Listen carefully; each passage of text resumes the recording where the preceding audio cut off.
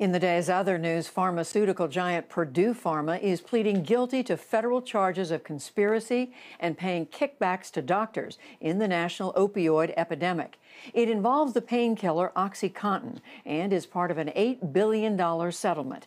Federal prosecutor Christina Nolan said today that the case sends a clear message. People were suffering under opioid addictions that sometimes ended in death, and so many of those addiction stories began with OxyContin. And we hope that Purdue's guilty plea will send a message that the Department of Justice will not allow big pharma and big tech to engage in illegal conduct that corrupts the doctor-patient relationship. Some states and congressional Democrats have argued that the settlement is not sufficient punishment. But the Justice Department says Purdue Pharma's executives and owners, the billionaire Sackler family, could still face criminal liability. Pope Francis has become the first leader of the Catholic Church to endorse same-sex civil unions. In an interview for a documentary film, he says homosexual couples have a right to be a family. Francis had previously endorsed civil unions when he was Bishop of Buenos Aires. We'll take a closer look at this after the news summary. It turns out U.S. Supreme Court nominee Amy Coney Barrett served on the board of Christian schools that barred children of same-sex parents. The Associated Press reports that they also barred openly gay teachers. The news came as Barrett spent the day meeting with Republican senators. The Senate Judiciary Committee votes on her nomination tomorrow. Democrats now say they will boycott the vote. In Nigeria, chaos gripped Lagos today after soldiers fired into a crowd overnight. It's not clear how many were killed, but the incident fueled a brewing crisis in Africa's most populous nation. Jonathan Rugman of Independent Television News reports. It was at this toll gate in Lagos where security forces opened fire on protesters last night. Everyone sit down, sit down, sit down! The Nigerian army said no soldiers were even there, but eyewitnesses claimed the opposite.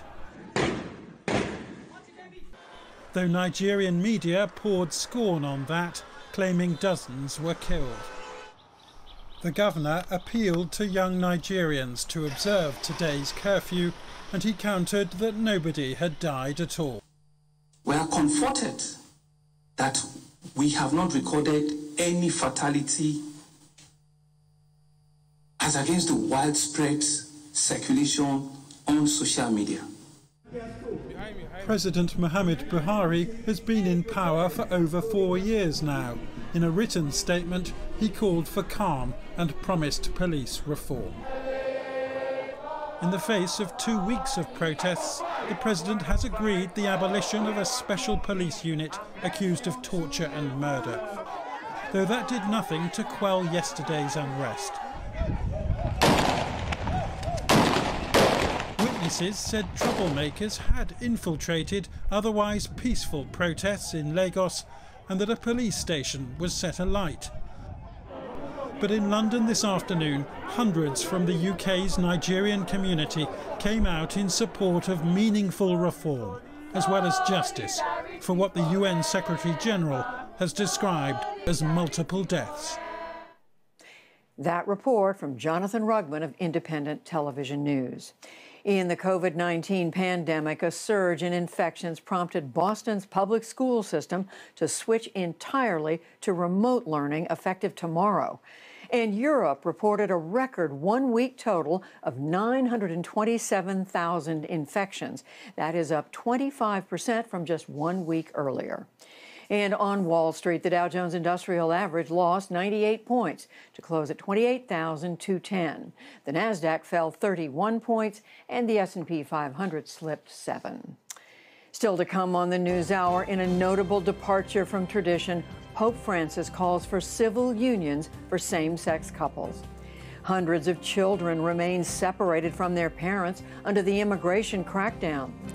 Policy toward China becomes a critical issue in the closing weeks of the campaign, and much more.